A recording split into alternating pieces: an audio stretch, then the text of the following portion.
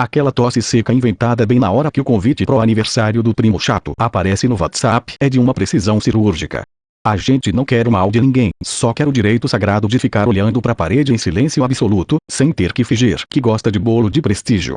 Você já reparou no tom exato de voz que a gente usa quando diz estou chegando ou estando exatamente na hora de sair do banho?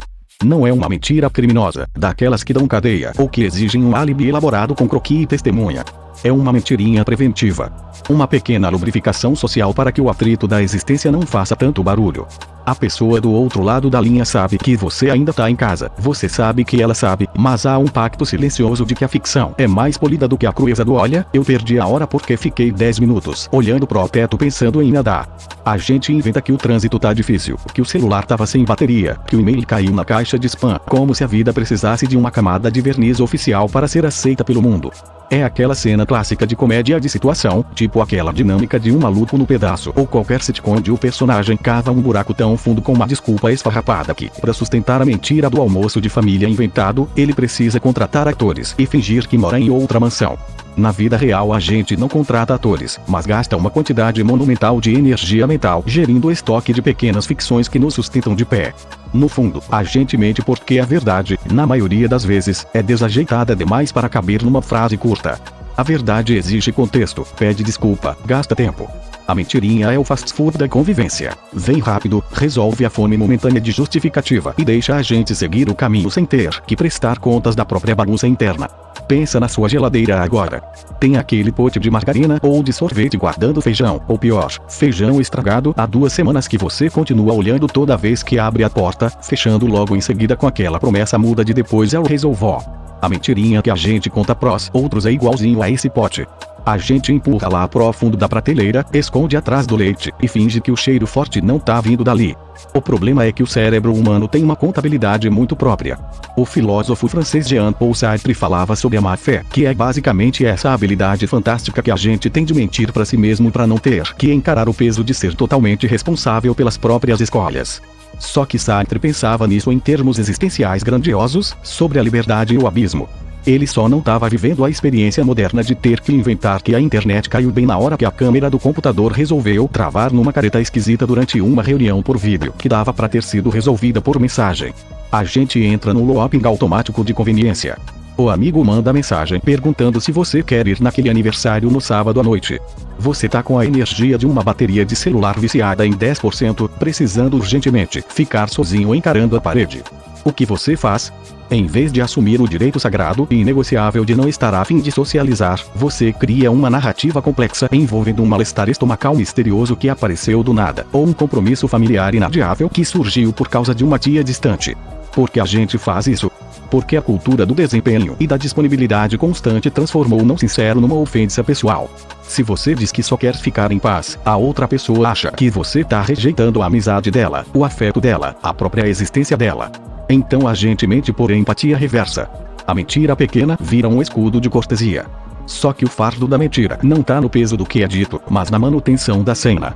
Quem mente precisa ter memória curta para os fatos, mas memória longa para a narrativa paralela. Você tem que lembrar exatamente qual foi a desculpa que deu pra quem, pra não cruzar as histórias na segunda-feira na hora do café. É aí que o lance desanda. A mente começa a gastar um processamento precioso que podia estar sendo usado para lembrar onde você colocou a chave de casa. Fica um rascunho de mensagem aberto no bloco de notas da mente. Será que eu invento que o pneu furou ou que o cachorro passou mal? O cachorro, coitado, já teve que tancar mais emergências médicas imaginárias do que qualquer clínica veterinária de plantão consegue registrar. E a gente vai se acostumando com esse pequeno vício de adiar o real. O psicanalista Jacques Lacan falava sobre como a nossa relação com a verdade é sempre atravessada pela linguagem e que a gente prefere a ilusão porque a realidade nua e crua é meio insuportável de olhar sem um filtro. Só que quando o filtro vira a única lente pela qual a gente se comunica, a gente começa a viver numa versão dublada da própria vida. Você fala com a voz mansa, concorda com a cabeça, dá a desculpa perfeita, mas por dentro tem um pequeno alarme tocando. É a sensação incômoda de que você tá atuando numa peça em que todo mundo sabe que o cenário é de papelão, mas ninguém tem coragem de levantar a mão e dizer que a peça é bem ruim. É igualzinho àquela dinâmica do clássico Truman Show, sabe? Só que ao contrário. No filme, o Truman é o único que não sabe que tá num programa de TV e todo mundo ao redor tá atuando pra manter a ilusão dele intacta. Na nossa vidinha ordinária de segunda a domingo, é o oposto. A gente é o diretor, o roteirista e o protagonista de um programa de auditório onde a única plateia é a nossa própria consciência revirando os olhos. A gente cria um personagem tão polido, tão prestativo, tão cheio de desculpas perfeitamente razoáveis que acaba virando refém da própria simpatia industrializada. Você acorda e o seu eu verdadeiro queria mandar um olha, hoje eu tô detestável e só quero ficar olhando pra paredinha, mas o seu eu social já engatilhou um nossa, que pena, justo hoje eu tinha aquele compromisso inadiável. E aí você veste a capa do coitado incompreendido que adoraria ir, mas infelizmente as forças do universo conspiraram contra. O problema é que esse vício em inventar pequenas ficções para o próprio consumo vai criando um acúmulo invisível na rotina. Sabe quando você vai empurrando a sujeira para debaixo do tapete até que a sala inteira fica com um calombo esquisito no meio? Pois é. Cada tô indo quando você ainda tá escovando os dentes, cada foi ótimo te ver dito para a pessoa da qual você desviou o olhar no corredor do mercado, vai somando um volume de farsa que pesa mais do que qualquer fardo físico. O filósofo dinamarquês Søren Kierkegaard falava muito sobre o desespero, e ele dizia que a forma mais comum de desespero não é a tragédia grega, não é perder tudo no incêndio ou ter o coração partido em 1000 pedaços numa esquina escura. O pior desespero, segundo ele, é justamente o de não ser quem a gente é e preferir ser qualquer outra coisa só para caber na expectativa dos outros. É o famoso viver de empréstimo. Você pega a verdade emprestada, paga com juros de mentirinha e, no fim do mês da sua sanidade mental, tá devendo a alma para um agiota imaginário que nem existe. A cena clássica disso acontece naqueles domingos à noite, quando a luz do sol vai sumindo e o silêncio da casa pesa. Você tá ali comendo um resto de comida requentada na marmita, olhando pro teto, e de repente vem aquela onda de cansaço que não é do corpo, é da alma mesmo. É o cansaço de ter passado o fim de semana inteiro administrando os personagens que você criou para não ter que lidar com o incômodo de desagradar alguém. Será que eu fui muito seco na mensagem? Será que aquela desculpa colou mesmo ou a pessoa percebeu que eu só queria ficar em silêncio absoluto? A mente não descansa porque ela tá fazendo auditoria de ficção. E o pior é que a gente faz isso achando que tá poupando o outro do atrito, que tá sendo educado, civilizado, polido. Só que o atrito evitado hoje é o abismo cavado amanhã.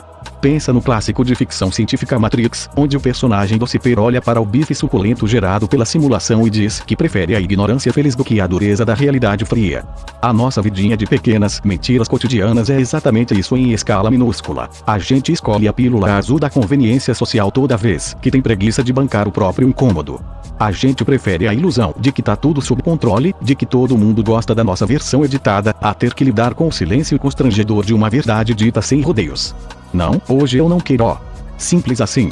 Sem justificativa astronômica, sem laudo médico inventado, sem o cachorro tendo uma crise alopática pela 3ª vez no semestre. Só o peso leve da sinceridade nua e crua. Só que a gente tem um medo irracional desse silêncio que vem depois da verdade.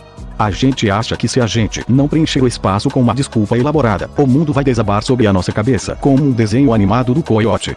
Mas a verdade é que o mundo não desaba. As pessoas ao redor estão ocupadas demais pensando nas próprias mentirinhas ridículas que inventaram para conseguir passar o dia. Ninguém tá prestando tanta atenção assim na sua falha. É um alívio imenso quando a gente finalmente percebe que a nossa importância no roteiro alheio é infinitamente menor do que a nossa paranoia faz parecer.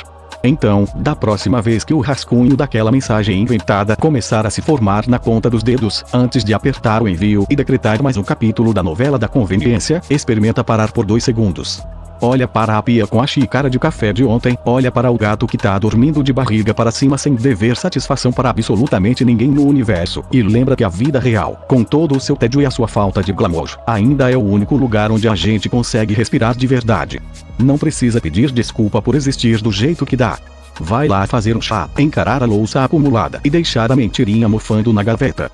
É isso. Vai lá viver. Like ajuda pra caramba. Isso aqui fui eu que escrevi, café frio e tudo.